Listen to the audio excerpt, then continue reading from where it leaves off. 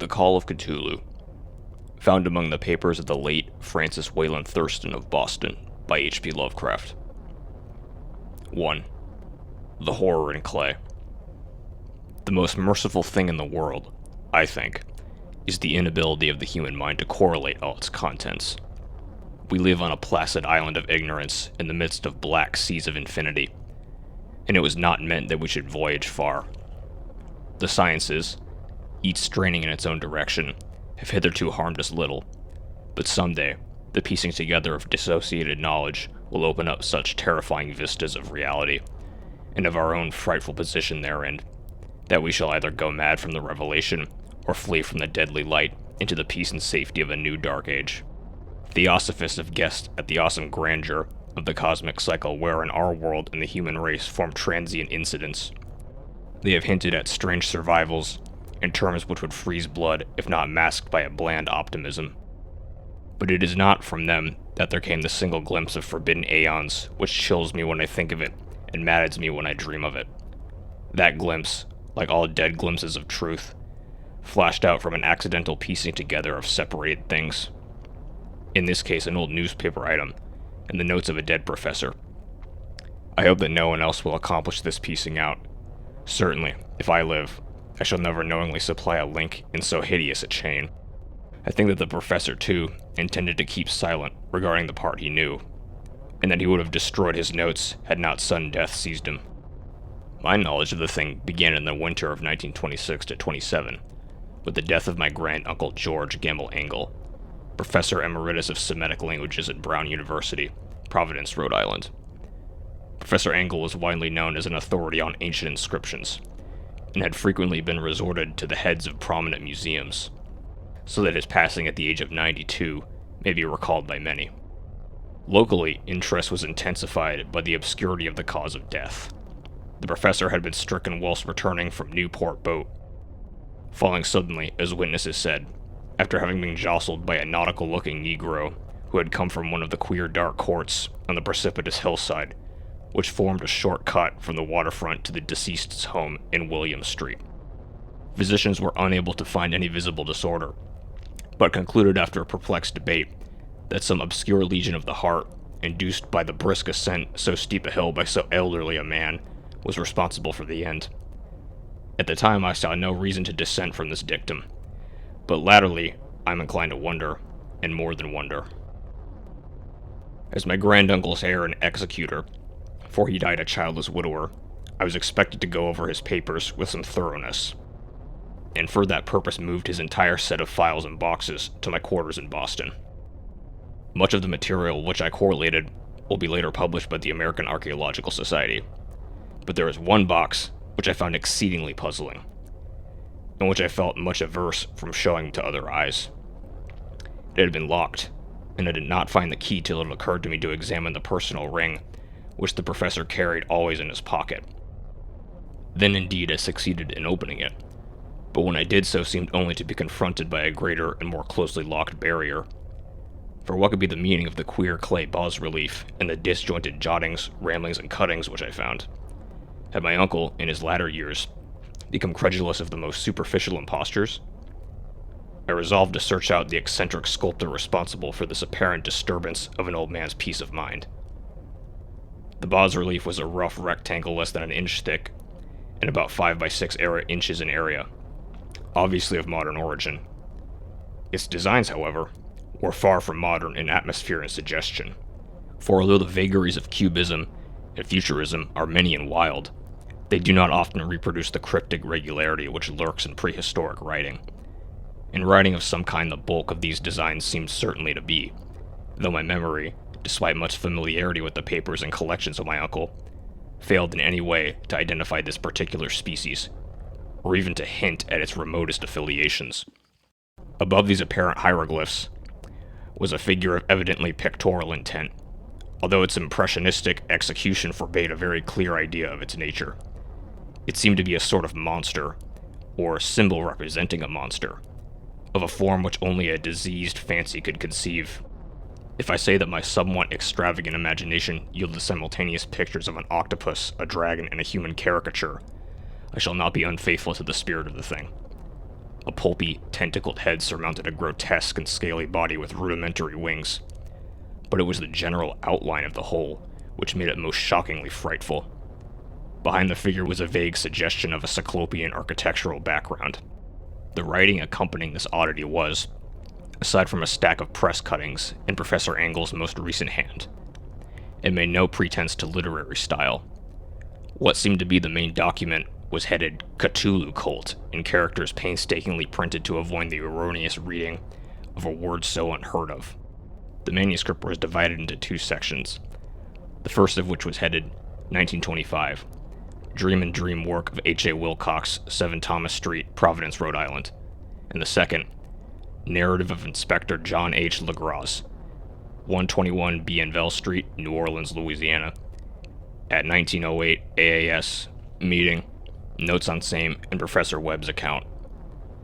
The other manuscript papers were all brief notes, some of them accounts of the queer dreams of different persons, some of them citations from theosophical books and magazines, notably W. Scott Eliot's Atlantis and the Lost Lemuria, and the rest comments on long-surviving secret societies and hidden cults, with references to passages in such mythological and anthropological source books as Fraser's Golden Bough and Miss Murray's Witch Cult in Western Europe. The cuttings largely alluded to outre, mental illnesses, and outbreaks of group folly or mania in the spring of 1925.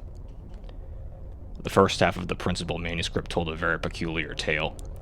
It appears that on March 1st, 1925, a thin, dark man of neurotic and excited aspect had called upon Professor Engel bearing the singular clay bas-relief, which was then exceedingly damp and fresh. His card bore the name of Henry Anthony Wilcox, and my uncle had recognized him as the youngest son of an excellent family slightly known to him, who had latterly been studying sculpture at the Rhode Island School of Design and Living, alone at the Fleur-de-Lis building near the institution. Wilcox was a precocious youth of known genius but great eccentricity, and had from childhood excited attention through the strange stories and odd dreams he was in the habit of relating. He called himself physically hypersensitive, but the staid folk of the ancient commercial city dismissed him as merely queer. Never mingling much with his kind, he had dropped gradually from the social visibility, and was now known only to a small group of aesthetes from other towns. Even the Providence Art Club, anxious to preserve its conservatism, had found him quite hopeless. On the occasion of the visit, ran the professor's manuscript, the sculptor abruptly asked for the benefit of his host's archaeological knowledge in identifying the hieroglyphics on the bas-relief. He spoke in a dreamy, stilted manner which suggested pose and alienated sympathy, and my uncle showed some sharpness in replying, for the conspicuous freshness of the tablet implied kinship with anything but archaeology. Young Wilcox's rejoinder, which impressed my uncle enough to make him recall and record it verbatim, was of a fantastical poetic cast, which must have typified his whole conversation. He said, "It is new, indeed, for I made it last night in a dream of strange cities, and dreams are older than brooding Tyre, or the contemplative Sphinx, or guarded-girded Babylon." It was then that he began that rambling tale which suddenly played upon a sleeping memory and won the fevered interest of my uncle. There had been a slight earthquake tremor the night before, the most considerable felt in New England for some years, and Wilcox's imagination had been keenly affected. Upon retiring, he had an unprecedented dream of great cyclopean cities of Titan blocks and sky-flung monoliths, all dripping with green ooze and sinister with latent horror. Hieroglyphics had covered the walls and pillars, and from some undetermined point below had come a voice that was not a voice, a chaotic sensation which only fancy could transmute into sound, but which he attempted to render by the almost unpronounceable jumble of letters, Cthulu Ftagen. This verbal jumble was the key to the recollection which excited and disturbed Professor Engel. He questioned the sculptor with scientific minuteness, and studied with almost frantic intensity the bas-relief on which the youth had found himself working, chilled and clad only in his night clothes, when waking had stolen bewilderingly over it. My uncle blamed his old age, Wilcox afterward said, for his slowness in recognizing both hieroglyphics and pictorial design. Many of his questions seemed highly out of place to his visitor, especially those which tried to connect the latter with strange cults or societies, and Wilcox could not understand the repeated promises of silence which he was offered in exchange for an admission of membership in some widespread mystical or paganly religious body. When Professor Angle became convinced that the sculptor was indeed ignorant of any cult or system of cryptic lore, he besieged his visitor with demands for future reports of dreams.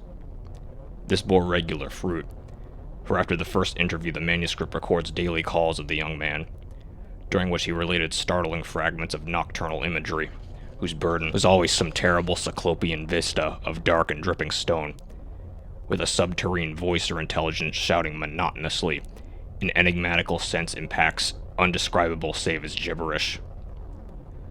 The two sounds most frequently repeated are those rendered by the letters Cthulu and Ritle. The manuscript continued. Wilcox failed to appear, and inquiries at his quarters revealed that he had been stricken with an obscure sort of fever and taken to the home of his family in Waterman Street. He had cried out in the night, arousing several other artists in the building, and had manifested since then only alternations of unconsciousness and delirium. My uncle at once telephoned the family, and from that time forward kept close watch of the case, calling often at the Thayer Street office of Dr. Toby, whom he learned to be in charge.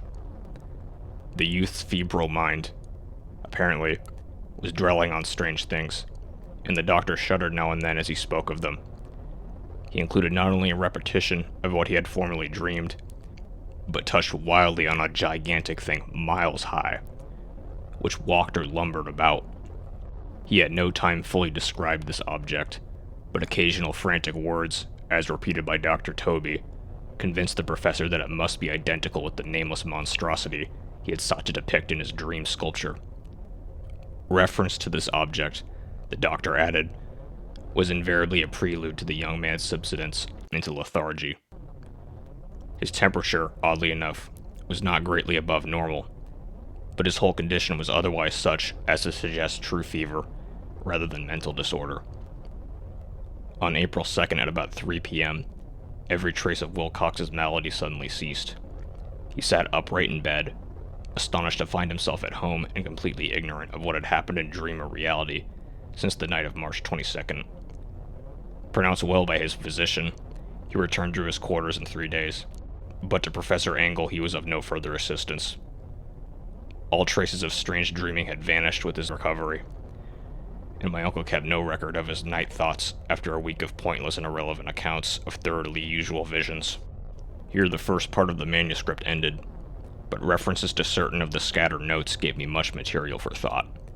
So much, in fact, that only the ingrained skepticism then forming my philosophy can account for my continued distrust of the artist. The notes in question are those descriptive of the dreams in various persons covering the same period as that in which young Wilcox had had his strange visitations. My uncle, it seems, had quickly instituted a prodigiously far-flung body of inquiries, almost nearly all the friends whom he could question without impertinence, asking for nightly reports of their dreams and the dates of any notable visions for some time past. The reception of his request seems to have been varied, but he must, at the very least, have received more responses than any ordinary man could have handled without a secretary. This original correspondence was not preserved, but his notes formed a thorough and really significant digest. Average people in society and business, New England's traditional salt of the earth, gave an almost completely negative result. Those scattered cases of uneasy but formless nocturnal impressions appear here and there, always between March 23rd and April 2nd, the period of young Wilcox's delirium. Scientific men were little more affected, though 4 cases of vague description suggest fugitive glimpses of strange landscapes, and in one case there is mentioned a dread of something abnormal. It was from the artists and poets that the pertinent answers came, and I know that panic would have broken loose had they been able to compare notes. As it was, lacking their original letters, I half suspected the compiler of having leading questions, or of having edited the correspondence in corroboration of what he had latently resolved to see. That is why I continued to feel that Wilcox, somehow cognizant of the old data which my uncle had possessed, had been imposing on the veteran scientist. These responses from aesthetes told a disturbing tale. From February 28th to April 2nd, a large proportion of them had dreamed very bizarre things. the intensity of the dreams being immeasurably stronger during the period of the sculptor's delirium. Over a fourth of those who reported anything reported scenes and half-sounds not unlike those which Wilcox had described. And some of the dreamers confessed acute fear of the giant nameless thing visible toward the last. One case, which the note described with the emphasis, was very sad. The subject, a widely known architect with leaning towards theosophy and occultism, went violently insane on the date of young Wilcox's seizure, and expired several months later after incessant screamings to be saved from some escaped denizen of hell. Had my uncle referred to these cases by name instead of merely by number, I should have attempted some corroboration and personal investigation, but as it was, I succeeded in tracing down only a few. All of these, however, bore out the notes in full.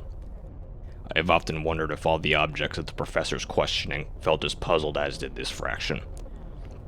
It is well that no explanation shall ever reach them. The press cuttings, as I have intimated, touched on cases of panic, mania, and eccentricity during the given period. Professor Engel must have employed a cutting bureau, for the number of extracts was tremendous and the sources scattered throughout the globe. Here was a nocturnal suicide in London, where a lone sleeper had leaped from a window after a shocking cry. Here likewise a rambling letter to the editor of a paper in South America, where a fanatic deduces a dire future from visions he has seen. A dispatch from California described a theosophist colony as donning white robes en masse for some glorious fulfillment, which never arrives, whilst items from India speak guardedly of serious native unrest toward the ends of March.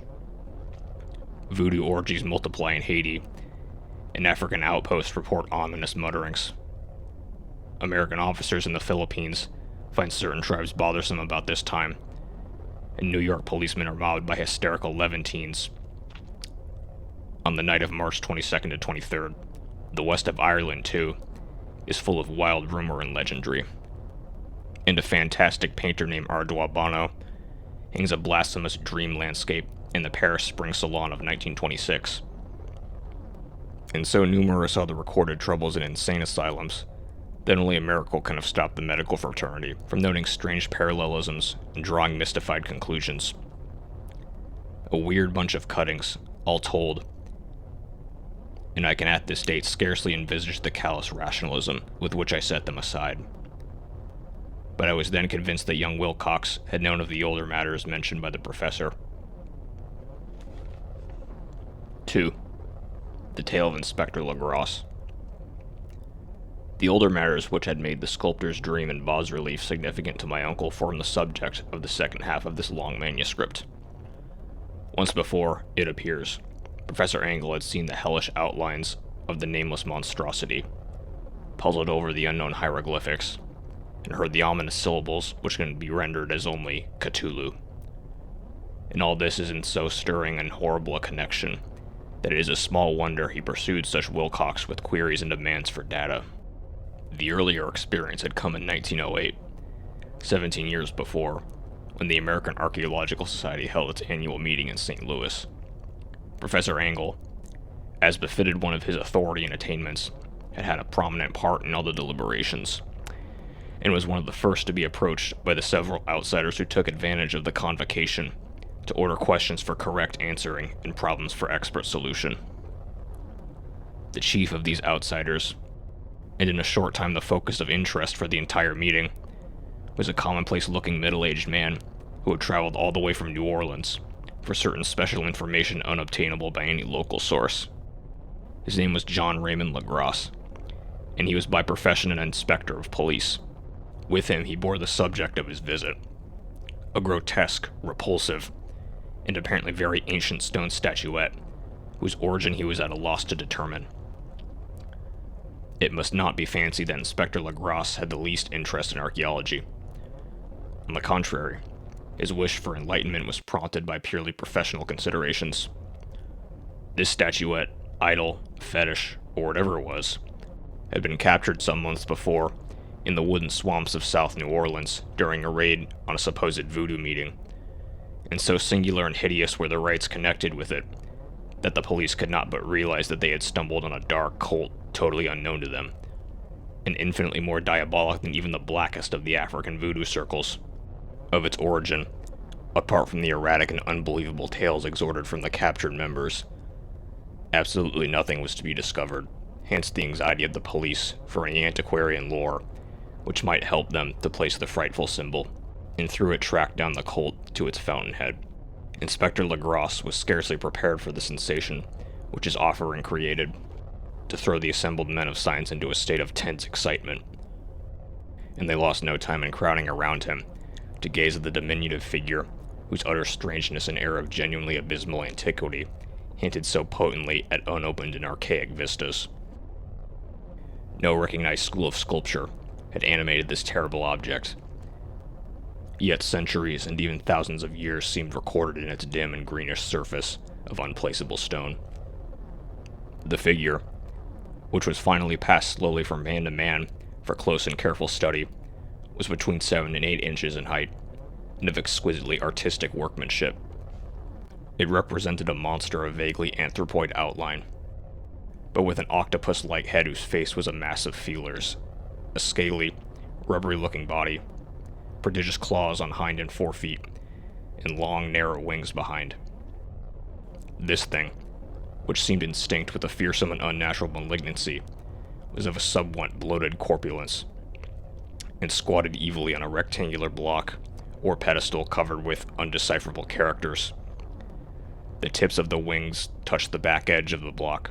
The seat occupied the center, whilst the long curved claws of the doubled-up crouching hind legs gripped the front edge and extended quarter of the way down toward the bottom of the pedestal.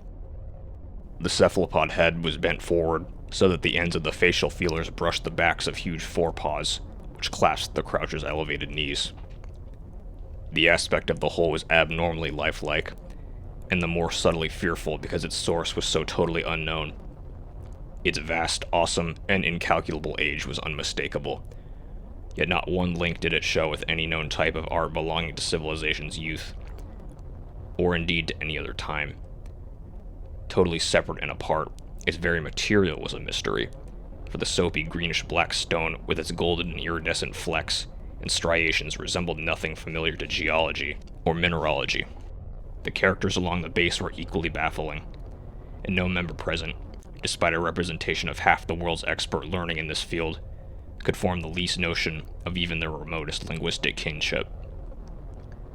They, like the subject and material, belonged to something horribly remote and distinct from mankind as we know it, something frightfully suggestive of old and unhallowed cycles of life in which our world and our conceptions have no part. And yet, as the members severally shook their heads and confessed defeat at the inspector's problem, there was one man in that gathering who suspected a touch of bizarre familiarity in the monstrous shape and writing, and who presently told with some diffidence of the odd trifle he knew. This person was the late William Channing Webb, a professor of anthropology in Princeton University, and an explorer of no slight note. Professor Webb had been engaged, 48 years before, in a tour of Greenland and Iceland in search of some runic inscriptions, which he failed to unearth, and whilst high up on the West Greenland coast had encountered a singular tribe or cult of degenerate Eskimo, whose religion, a curious form of devil worship, chilled him with its deliberate bloodthirstiness and repulsiveness. It was a faith of which other Eskimo knew little, and which they mentioned only with shudders, saying that it had come down from horribly ancient aeons before the world was made. Besides nameless rites and human sacrifices, there were certain queer hereditary rituals addressed to a supreme elder devil, or Tornasuk, and of this Professor Webb had taken a careful phonetic copy from an aged Angakok or wizard priest, expressing the sounds in Roman letters as best he could. But just now of prime significance was the fetish which this cult had cherished, and around which they danced when the aurora leaped high over the ice cliffs. It was, the professor stated, a very crude bas-relief of stone, comprising a hideous picture and some cryptic writing. And so far as he could tell, it was a rough parallel in all essential features of the bestial thing now lying before the meeting. This data, received with suspense and astonishment by the assembled members, proved doubly exciting to Inspector Legrasse, and he began at once to ply his informant with questions. Having noted and copied an oral ritual among the swamp cult worshippers his men had arrested, He besought the professor to remember as best he might the syllables taken down amongst the diabolist Eskimo. There then followed an exhaustive comparison of details, and a moment of really odd silence when both detective and scientist agreed on the virtual identity of the phrase common to two hellish rituals so many worlds of distance apart. What, in substance, both the Eskimo wizards and the Louisiana swamp priests had chanted to their kindred idols was something very like this. The word divisions being guessed at from traditional breaks in the phrase as chanted aloud. Lagras had one point in advance of Professor Webb, for several among his mongrel prisoners had repeated to him what older Celerans had told him the words meant. This text, as given, ran something like this. In his house at Rutley, dead Cthulu waits dreaming. And now, in response to a general and urgent demand, Inspector Lagras related as fully as possible his experience with the swamp worshippers, telling a story to which I could see my uncle attach profound significance. It savored of the wildest dreams of myth-maker and theosophist, and disclosed an astonishing degree of cosmic imagination among such half-castes and pariahs as might be least expected to possess it. On November 1st, 1907, there had come to the New Orleans police a frantic summons from the swamp and lagoon country to the south. The squatters there, mostly primitive but good-natured descendants of Lafitte's men, were in the grip of stark terror from an unknown thing which had stolen upon them in the night. It was voodoo, apparently, but voodoo of a more terrible sort than any they had ever known. And some of their women and children had disappeared since the malevolent tom-tom had begun its incessant beating, far within the black haunted woods where no dweller ventured. There were insane shouts and harrowing screams, soul-chilling chants and dancing devil flames.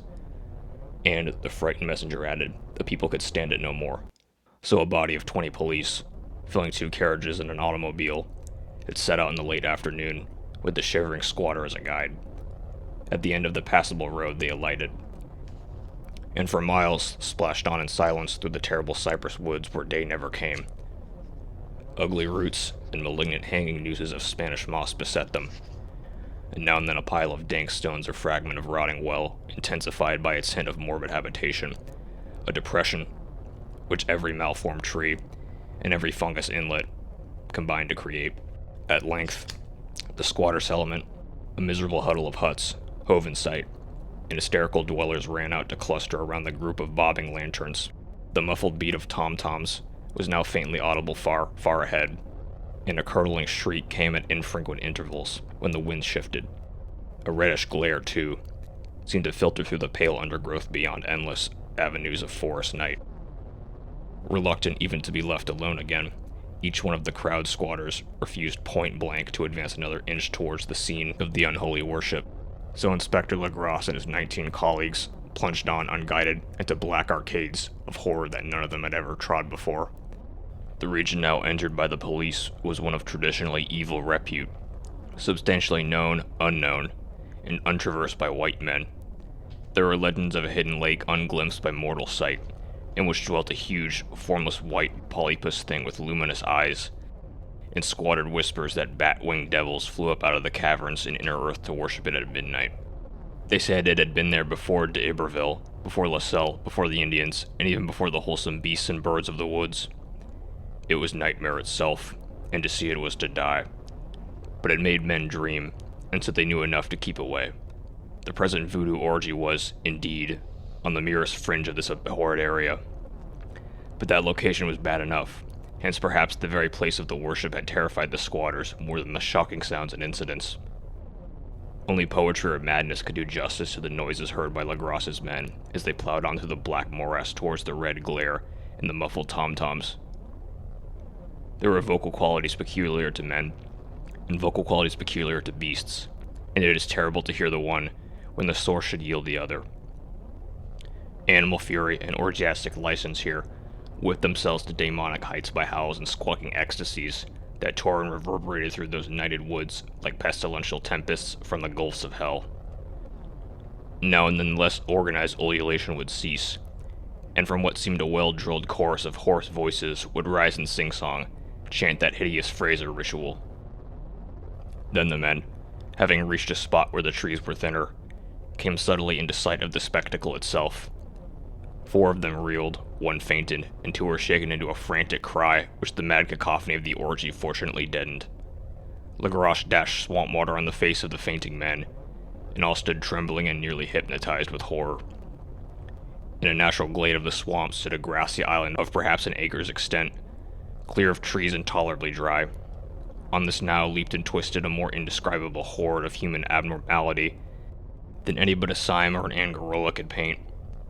Void of clothing, this hybrid spawn were braying, bellowing, and writhing about a monstrous ring-shaped bonfire, in the center of which, revealed by occasional rifts in the curtain of flame, stood a great granite monolith some 8 feet in height, on top of which, incongruous with its diminutiveness, rested the noxious carven statuette.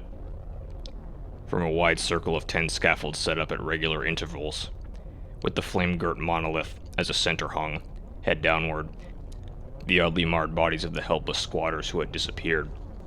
It was inside the circle that the ring of worshippers jumped and roared, the general direction of the massed motion being from left to right in endless bacchanal between the ring of bodies and the ring of fire.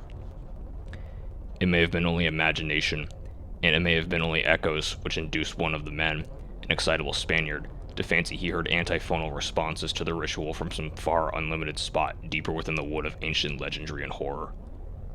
This man, Joseph T. Galvez, I later met and questioned, and he proved distractingly imaginative.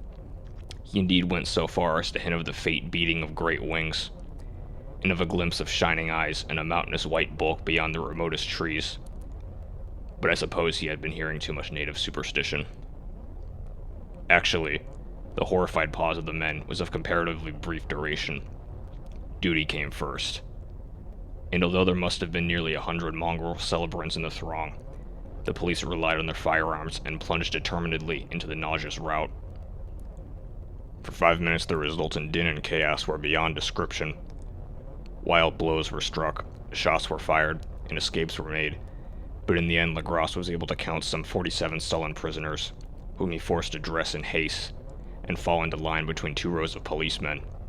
5 of the worshippers lay dead, and 2 severely wounded ones were carried away on improvised stretchers by their fellow prisoners.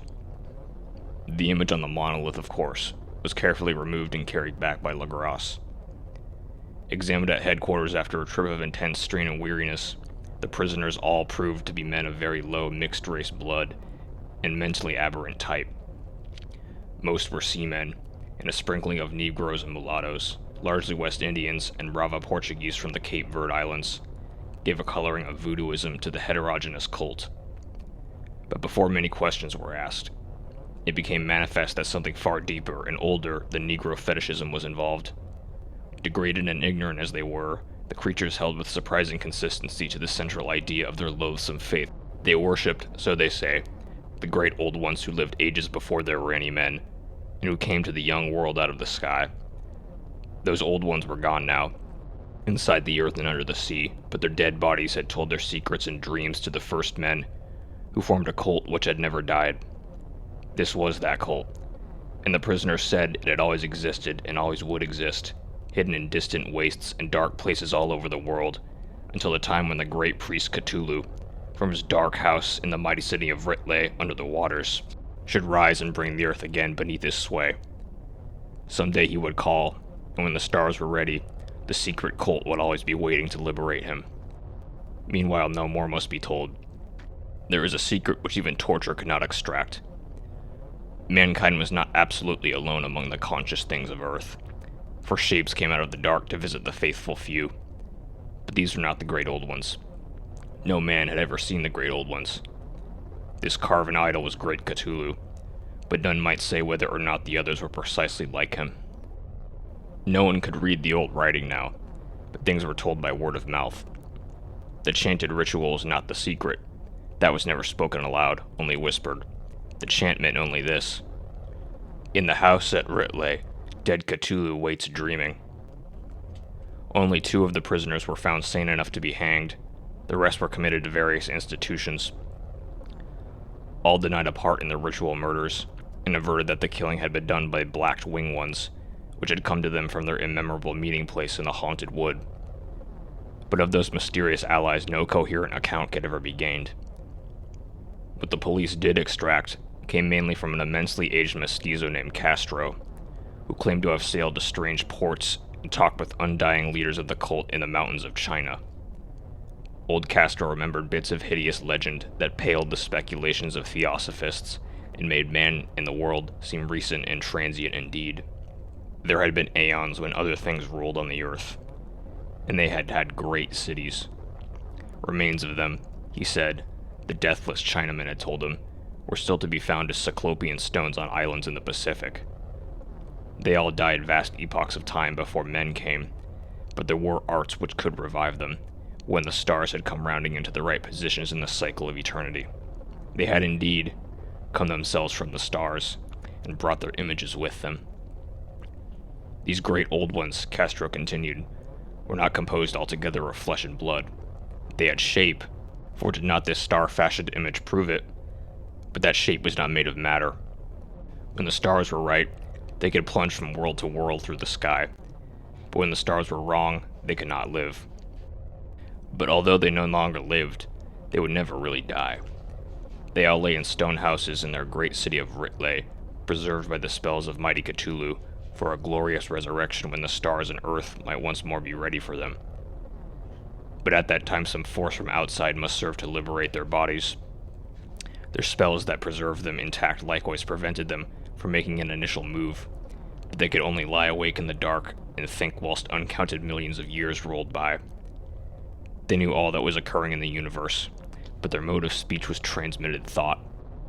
Even now they talked in their tombs, when, after infinities of chaos, the first men came. The great old ones spoke to the sensitive among them by molding their dreams. For only thus then could their language reach the fleshly minds of mammals. Then, whispered Castro, those first men formed the cult around small idols which the great old ones showed them. Idols brought in dim eras from dark stars. That cult would never die till the stars came right again. And the secret priest would take great Cthulhu from his tomb to revive his subjects and resume his rule of Earth. The time would be easy to know, for then mankind would have become as the great old ones, free and wild and beyond good and evil, flaws and morals thrown aside, and all men shouting and killing and reveling in joy. Then the liberated old ones would teach them new ways to shout and kill, and revel and enjoy themselves, and all the earth would flame with a holocaust of ecstasy and freedom. Meanwhile, the cult, by appropriate rites, must keep alive the memory of those ancient ways, and shadow forth the prophecy of their return. In the elder time, chosen men had talked with the entombed old ones in dreams, but then something had happened. The great stone city of Ritley, with its monoliths and sepulchres, had sunk beneath the waves, in the deep waters, full of the one primal mystery through which not even thought could pass, had cut off the spectral intercourse. But memory never died, and high priest said that the city would rise again when the stars were right. Then came out of the earth the black spirits of earth, moldy and shadowy, and full of dim rumors picked up in caverns beneath forgotten sea bottoms. But of them old Castro dared not speak much. He cut himself off hurriedly, and no amount of persuasion or subtlety could elicit more in this direction. The size of the old ones, too, he curiously declined to mention. Of the cult, he said that he thought the center lay amid the pathless deserts of Arabia, or Iram, the city of pillars, dreams hidden and untouched. It was not allied to the European witch cult, and was virtually unknown beyond its members. No book had ever really hinted of it, though the deathless Chinaman said that there were double meetings in the Necronomicon of the mad Arab Abdul al-Hazred, which the initiated might read as they choose, especially the much disputed Copulet. That is not dead which can eternal lie, and with strange eons even death may die. Legrasse, deeply impressed and not a little bewildered, had inquired in vain concerning the historic affiliations of the cult. Castro, apparently, had told the truth when he said that it was wholly secret. The authorities at Tulane University shed no light upon either cult or image, and now the detective had come to the highest authorities in the country and met with no more than the Greenland tale of Professor Webb. The feverish interest aroused at the meeting by Legrasse's tale, corroborated as it was by the statuette, is echoed in the subsequent correspondence of those who attended. although scant mention occurs in the formal publications of the Society. Caution is the first care of those accustomed to face occasional charlatanry and imposture. Lagros for some time lent the image to Professor Webb, but at the latter's death it was returned to him and remains in his possession, where I viewed it not long ago. It is truly a terrible thing, and unmistakably akin to the dream sculpture of young Wilcox. That my uncle was excited by the tale of the sculptor I did not wonder, for what thoughts must arise upon hearing, after knowledge of what Lagros had learned of the cult, of a sensitive young man who had dreamed not only the figure and exact hieroglyphics of the swamp-found image in the Greenland Devil tablet, but had come in his dreams upon at least 3 of the precise words of the formula uttered alike by Eskimo diabolists and mongrel Louisianans. Professor Engel's instant start on an investigation of the utmost thoroughness was eminently natural, though privately I suspected young Wilcox of having heard of the cult in some indirect way, and of having invented a series of dreams to heighten and continue the mystery at my uncle's expense. The dream narratives and cuttings collected by the professor were, of course, strong corroboration, but the rationalism of my mind and the extravagance of the whole subject led me to adopt what I thought the most sensible conclusions. So, after thoroughly studying the manuscript again and correlating the theosophical and anthropological notes with the cult narrative of Lagros, I made a trip to Providence to see the sculptor and give him the rebuke I thought proper for so boldly imposing upon a learned and aged man. Wilcox still lived alone in the Fleur-de-Lis building in Thomas Street, a hideous Victorian imitation of 17th century Breton architecture, which flaunts its stuccoed front amidst the lovely colonial houses on the ancient hill, under the very shadow of the finest Georgian steeple in America. I found him at work in his rooms, and at once conceded from the specimens scattered about that his genius is indeed profound and authentic.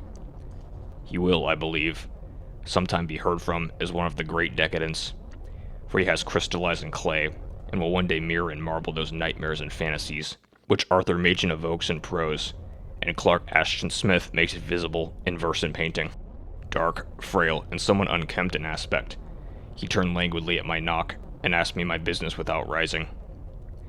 When I told him who I was, he displayed some interest, for my uncle had excited his curiosity in probing his strange dreams, yet had never explained the reason for the study. I did not enlarge his knowledge in this regard, but sought with some subtlety to draw him out. In a short time I became convinced of his absolute sincerity, for he spoke of the dreams in a manner none could mistake. They and their subconscious residuum had influenced his art profoundly, and he showed me a morbid statue whose contours almost made me shake with the potency of its black suggestion. He could not recall having seen the original of this thing, except in his own dream bas-relief, but the outlines had formed themselves insensibly under his hands. It was, no doubt, the giant shape he had raved of in delirium. That he really knew nothing of the hidden cult, save from what my uncle's relentless catechism had let fall, he soon made clear, and again I strove to think of some way in which he could possibly have received the weird impressions. He talked of his dreams in a strangely poetic fashion, making me see with terrible vividness the damp cyclopean city of slimy green stone, whose geometry, he held, he said, was all wrong. And hear with frightful expectancy the ceaseless, half-mental calling from underground, Cthulu ftagen, Cthulu ftagen. These words had formed part of the dreaded ritual, which told of dead Cthulhu's dream, vigil in his stone vault at Ritley, and I felt deeply moved despite my rational beliefs.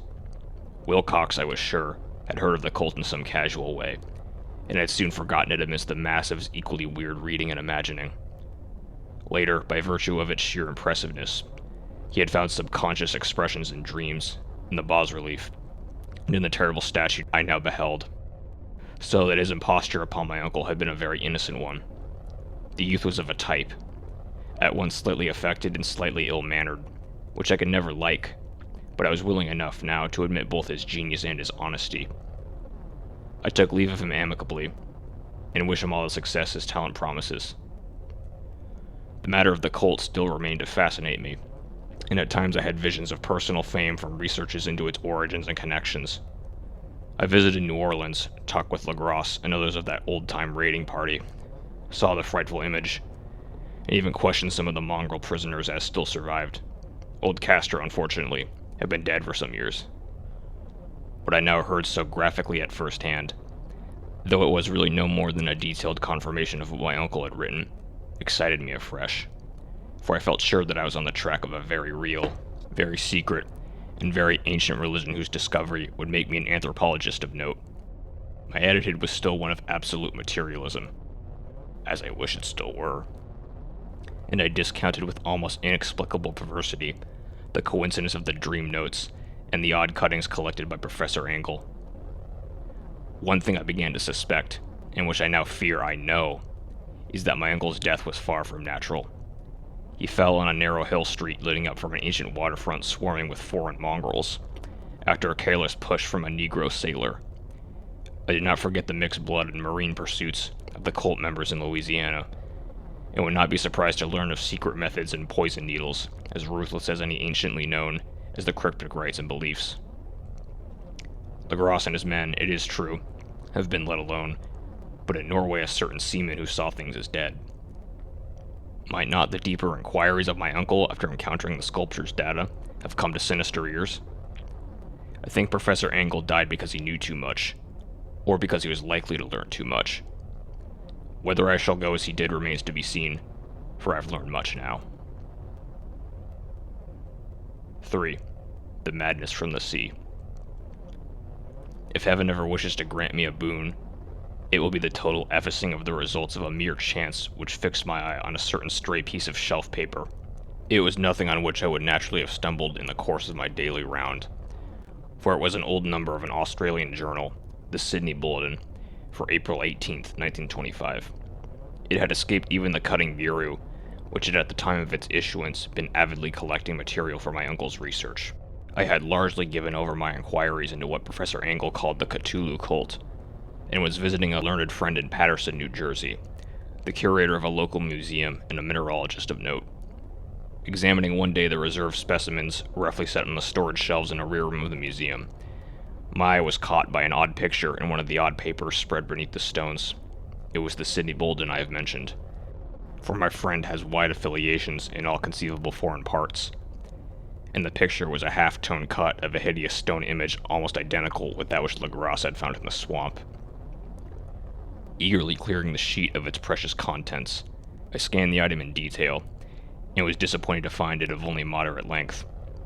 What it suggested, however, was of pertinent significance to my flagging quest, and I carefully tore it out for immediate action. It read as follows: Mystery derelict found at sea. Vigilant arrives with helpless armed New Zealand yacht in tow.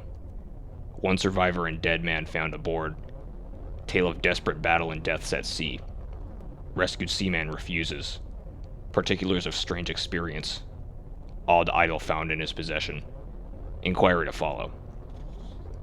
The Morrison Coast freighter Vigilant, bound from Valparaiso, arrived this morning at its wharf in Darling Harbor, having in tow the battled and disabled but heavily armed steam yacht Alert of Dunedin, New Zealand, which was sighted April 12th in south latitude 34 degrees by 21 west, longitude 152 degrees by 17, with one living and one dead man aboard. The Vigilant left Valparaiso March 25th, and on April 2nd was driven considerably south of her course by exceptionally heavy storms and monster waves. On April 12th, the derelict was sighted, and though apparently deserted, was found upon boarding to contain one survivor in a half-delirious condition, and one man who had evidently been dead for more than a week. The living man was caught clutching a horrible stone idol of unknown origin, about a foot in height, regarding whose nature's authorities say at Sydney University, the Royal Society, and the museum in College Street all profess complete bafflement, in which the survivor says he found in the cabin of the yacht in a small carved shrine of common pattern. This man, after recovering his senses, told an exceedingly strange story of piracy and slaughter. He is Gustaf Johansson, a Norwegian of some intelligence, and had been second mate of the two-masted schooner Emma of Auckland, which sailed for Callao February 20th with a complement of 11 men. The Emma, he says, was delayed and thrown widely south of her course by the great storm of March 1st, and on March 22nd, in south latitude 49 degrees by 51, west longitude 128 degrees by 34, encountered the Alert, manned by a queer and evil-looking crew of Nakas and half-castes. Being ordered peremptorily to turn back, Captain Collins refused. whereupon the strange crew began to fire savagely and without warning upon the schooner with a peculiarly heavy battery of brass cannon forming part of the yacht's equipment. The Emma's men showed fight, says the survivor, and though the schooner began to sink from shots beneath the waterline, they managed to heave alongside their enemy and board her, grappling with the savage crew on the yacht's deck, and being forced to kill them all, the number being slightly superior, because of their particularly abhorrent and desperate, though rather clumsy mode of fighting. 3 of the Emma's men, including Captain Collins and First Mate Green, were killed, and the remaining 8 under Second Mate Johansson proceeded to navigate the captured yacht, going ahead in their original direction to see if any reason for their ordering back had existed. The next day, it appears, they raised and landed on a small island, although none is known to exist in that part of the ocean, and 6 of the men somehow died ashore, although Johansson is queerly reticent about this part of his story, and speaks only of their falling into a rock chasm. Later, it seems, he and one companion had boarded the yacht and tried to manage her, but were beaten about by the storm of April 2nd. From that time till his rescue on the 12th, the man remembers little, and he does not even recall when William Britton, his companion, died. Britton's death reveals no apparent cause, and was probably due to excitement or exposure. Cable advices from Dundon report the Alert was well known there as an island trader, and bore an evil reputation along the waterfront. It was owned by a curious group of half-castes, whose frequent meetings and night trips to the wood attracted no little curiosity, and it had set sail in great haste just after the storm and earth tremors of March 1st. Our Auckland correspondent gives the Emma and her crew an excellent reputation, and Johansson is described as a sober and worthy man. The Admiralty will institute an inquiry on the whole matter beginning tomorrow, at which every effort will be made to induce Johansson to speak more freely than he has done hitherto. This was all, together with the picture of the hellish image, but what a train of ideas it started in my mind. Here were new treasuries of data on the Cthulu cult, and evidence that it had strange interests at sea as well as on land. What motive prompted the hybrid crew to order back the Emma as they sailed about with their hideous idol? What was the unknown island on which 6 of the Emma's crew had died, and about which the mate Johansson was so secretive? What had the Vice Admiralty's investigation brought out, and what was known of the noxious cult in Dundon? And most marvelous of all, what deep and more than natural linkage of dates was this, which gave a malign and now undeniable significance to the various turns of events so carefully noted by my uncle? March 1st. Our February 28th according to the international dateline. The earthquake and storm had come. From Dundon the Alert and her noisome crew had darted eagerly forth, as if imperilously summoned, and on the other side of the earth poets and artists had begun to dream of a strange, dank Cyclopean city, whilst a young sculptor had molded in his sleep the form of the dread Cthulu. On March 23rd the crew of the Emma landed on an unknown island and left 6 men dead, and on that date the dreams of sensitive men assumed a heightened vividness and darkness with dread of a giant monster's malign pursuit, whilst an architect had gone mad and a sculptor had lapsed suddenly into a delirium. And what of this storm of April 2nd, the date on which all dreams of the dank city ceased, and Wilcox emerged unharmed from the bondage of strange fever? What of all this, and of those hints of old Castro about the sunken star-born old ones, and their coming reign, their faithful cult, and their mastery of dreams? Was I tottering on the brink of cosmic horrors beyond man's power to bear? If so, they must be horrors of the mind alone, for in some way the 2nd of April had put a stop to whatever monstrous menace had begun its siege of mankind's soul.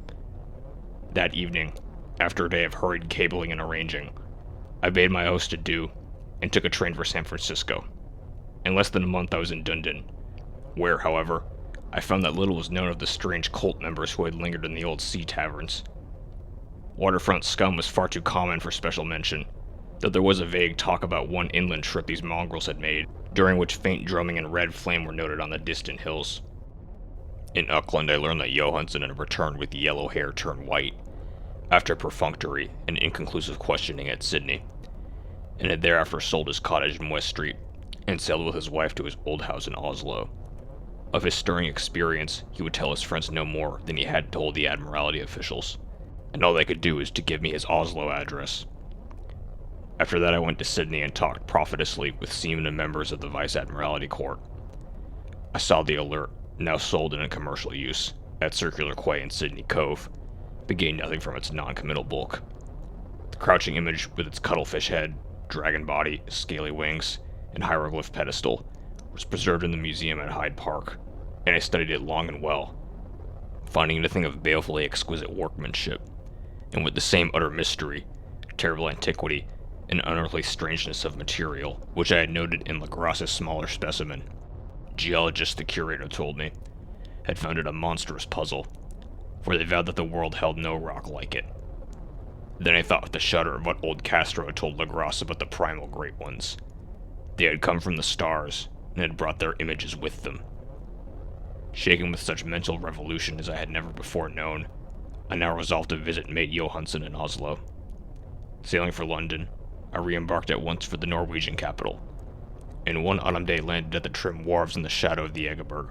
Johansen's address, I discovered, lay in the old town of King Harald Hardrada, which kept alive the name of Oslo during all the centuries that the greater city masqueraded as Christiana. I made the brief trip by taxicab, and knocked with palpitant heart at the door of a neat and ancient building with plastered front.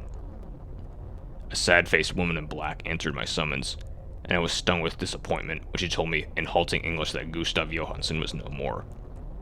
He had not survived his return, said his wife, for the doings at sea in 1925 had broken him. He had told her no more than he had told the public, but had left a long manuscript of technical matters, he said, written in English, evidently in order to safeguard her from the pair of casual perusal. During a walk through a narrow lane near the Gothenburg dock, a bundle of papers falling from an attic window had knocked him down. 2 Lascar sailors at once helped him to his feet, but before the ambulance could reach him, he was dead. Physicians found no adequate cause for his end, and laid it to heart trouble and a weakened constitution. I now felt gnawing at my vitals that dark terror which would never leave me, which I too, at rest, accidentally or otherwise, persuading the widow that my connection with her husband's technical matters was sufficient to entitle me to his manuscript. I bore the document away and began to read it on the London boat. It was a simple, rambling thing, a naive sailor's effort at a post-facto diary, and strove to recall day by day that last awful voyage. I cannot attempt to transcribe it verbatim in all its cloudiness and redundance, but I will tell it just enough to show why the sound of the water against the vessel's sides became so unbearable to me that I stopped my ears with cotton.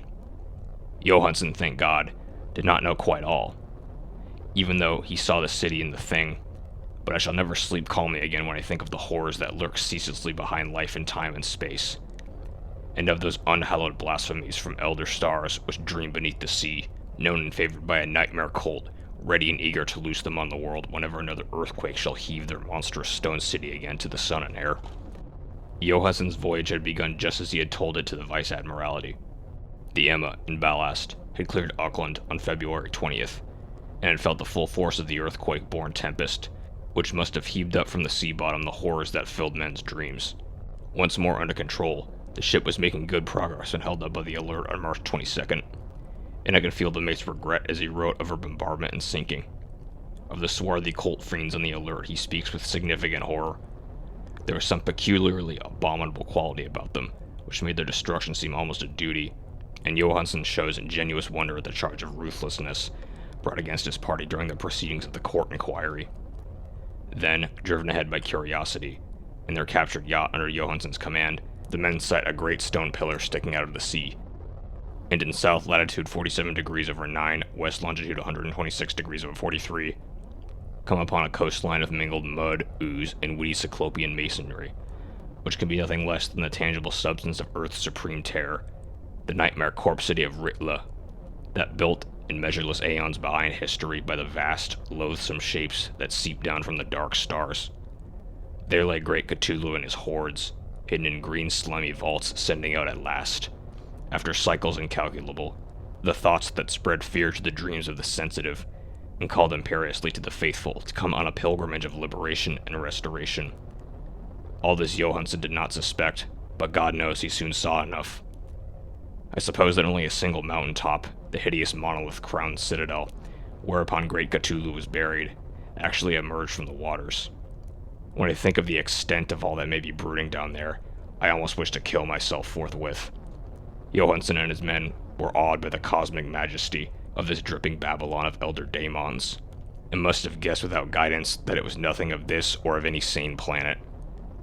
awe the unbelievable size of the greenish stone blocks, at the dizzying height of the great carven monolith, and at the stupefying identity of the colossal statues and bas-reliefs, with the queer image found in the shrine on the Albert, is poignantly visible in every line of the mate's frightened description. Without knowing what futurism is like, Johansson achieved something very close to it when he spoke of the city. For instead of describing any definite structure or building, he dwells only on broad impressions of vast angles and stone surfaces. Surfaces too great to belong to anything right or proper for this earth, and impious with horrible images and hieroglyphs. I mention his talk about angles because it suggests something. Wilcox had told me of his awful dreams. He had said that the geometry of the dream place he saw was abnormal, non-Euclidean, and loathsomely redolent of spheres and dimensions apart from ours. Now an unlettered seaman felt the same thing whilst gazing at the terrible reality. Johansson and his men landed at a sloping mud bank on this monstrous acropolis, and clambered slipperily up over tight and oozy blocks, which could have been no mortal staircase. The very sun of heaven seemed distorted when viewed through the polarizing miasma welling out of the sea-soaked perversion, and twisted menace and suspense lurked leeringly in those crazily elusive angles of carven rock, where a second glance showed concavity after the first showed convexity. Something very like fright had come over all the explorers before anything more definite than rock or ooze and weed was seen. Each would have fled had he not feared the scorn of the others. And it was only half-heartedly that they searched, vainly, as it proved, for some portable souvenir to bear away. It was Rodriguez, the Portuguese, who climbed up the foot of the monolith and shouted of what he had found. The rest followed him and looked curiously at the immense carved floor, with the now familiar squid dragon bas-relief. It was, Johansson said, like a great barn door, and they all felt that it was a door because of the ornate lintel, threshold, and jambs around it, though they could not decide whether it lay flat like a trap door, or slantwise like an outside cellar door. As Wilcox would have said, the geometry of the place was all wrong. One could not be sure that the sea and the ground were horizontal, hence the relative position of everything else seemed phantasmally variable. Britton pushed at the stone in several places without result. Then Donovan felt over it delicately around the edge, pressing each point separately as he went. He climbed interminably along the grotesque stone molding. That is, one would call it climbing if the thing was not after all horizontal, and the men wondered how any door in the universe could be so vast. Then, very softly and slowly, the acre-great panel began to give inward at the top, and they saw that it was balanced. Donovan slid or somehow propelled himself down or along the jamb and rejoined his fellows, and everyone watched the queer recession of the monstrously carven portal. In this fantasy of prismatic distortion, it moved anomalously in a diagonal way, so that all the rules of matter and perspective seemed upset. The aperture was black with a darkness almost material. The tenebrousness was indeed a positive quality, for it obscured such parts of the inner walls as ought to have been revealed, and actually burst forth like smoke from its aeon-long imprisonment, visibly darkening the sun as it slunk away to the shrunken and gibbous sky on flap as membranous wings. The odor arising from the newly opened depths was intolerable, and at length the quick-eared Hawkins thought he heard a nasty slopping sound down there. Everyone listened, and everyone was listening still when it lumbered slobberingly into sight and gropingly squeezed its gelatinous green immensity through the black doorway into the tainted outside air of that poisoned city of madness. Poor Johansson's handwriting almost gave out when he wrote of this. Of the 6 men who never reached the ship, he thinks 2 perished of pure fright in that accursed instant. The thing cannot be described. There is no language for such abysms of shrieking and immemorable lunacy, such eldritch contradictions of all matter, force, and cosmic order. A mountain walked or stumbled. God! What wonder that across the earth a great architect went mad and poor Wilcox raved with fever in that telepathic instant. The thing of the idols, the green sticky spawn of the stars, had awaked to claim his own. The stars were right again, and what an age-old cult had failed to do by design, a band of innocent sailors had done by accident. After Vigentilius of years, great Cthulu was loose again, and raving for delight. 3 men were swept up by the flabby claws before anybody turned. God rest them, if there be any rest in the universe. They were Donovan, Guerrera, and Angstrom. Parker slipped as the other 3 were plunging frenziedly over the endless vistas of green-crusted rock on the boat, and Johansson swears he was swallowed up by an angle of masonry which shouldn't have been there, an angle which was acute but behaved as if it were obtuse. So only Britton and Johansson reached the boat, and pulled desperately for the Alert as the mountainous monstrosity flopped down the slimy stones and hesitated floundering at the edge of the water. Steam had not been suffered to go down entirely, despite the departure of all hands for the shore, but is the work of only a few moments of feverish rushing up and down between wheels and engines to get the alert underway. Slowly, amidst the distorted horrors of that indescribable scene, she began to churn the lethal waters, whilst on the masonry of that charnel shore that was not of earth, the titan thing from the stars slavered and gibbered like Polypheme cursing the fleeting ship of Odysseus. Then, bolder than the storied Cyclops, great Cthulhu slid greasily into the water, and began to pursue with vast wave-rising strokes of cosmic potency. Bryn looked back and went mad, laughing shrilly as he kept on laughing at intervals till death found him one night in the cabin, whilst Johansson was wandering deliriously. But Johansson had not given out yet. Knowing that the thing could surely overtake the alert until steam was fully up, he resolved on a desperate chance, and, setting the engine for full speed, ran lightning-like on deck and reversed the wheel. There was a mighty eddying and foaming in the noisome brine, and as the steam mounted higher and higher, the brave Norwegian dove his vessel head-on against the pursuing jelly, which rose above the unclean froth like the stern of a daemon galleon. The awful squid head with whirling feelers came nearly up to the bowsprit of the sturdy yacht, but Johansson drove on relentlessly. There was a bursting as of an exploding bladder, a slushy nastiness of a cloven sunfish, a stench of 1,000 open graves, and a sound that the chronicler would not put on paper. For an instant the ship was befounded by an acrid and blinding green cloud, and then there was only a venomous seething astern, where, God in heaven, the scattered plasticity of that nameless sky spawn was nebulously recombining in its hateful original form, whilst its distance widened every second as the alert gained impetus from its mounting steam. That was all. After that, Johansson only brooded over the idol in the cabin and attended to a few matters of food for himself, and the laughing maniac by his side. He did not try to navigate after the first bold flight, for the reaction had taken something out of his soul. Then came the storm of April 2nd and a gathering of the clouds about his consciousness. There is a sense of spectral whirling around the liquid gulfs of infinity, of dizzying rides through reeling universes on a comet's tail, of hysterical plunges from the pit to the moon, from the moon back again to the pit, all livened by a cachinnating chorus of the distorted, hilarious elder gods and the green bat-wing mocking of imps of Tartarus. Out of that dream came rescue, the Vigilant, the Vice Admiralty Court, the streets of Dundon, and the long voyage back home to the old house by the Egeberg. He could not tell. They would think him mad. He would write of what he knew before death came, but his wife must not guess. Death would be a boon if only it could blot out the memories. That was the document I read, and now I have placed it in the tin box beside the bas-relief in the papers of Professor Engel. With it shall go this record of mine, this test of my own sanity, where is pieced together that which I hope may never be pieced together again. I have looked upon all that the universe has to hold of horror, and even the skies of spring and the flowers of summer must ever afterward be poison to me. But I do not think my life will be long. As my uncle went, as poor Johansson went, so shall I go. I know too much, and the cult still lives. Cthulhu still lives too, I suppose, again in that chasm of stone which has shielded him since the sun was young. His accursed city is sunken once more, for the Vigilant sailed over the spot after the April storm. But his ministers on earth still bellow and prance, and slay around idol-capped monoliths in lonely places.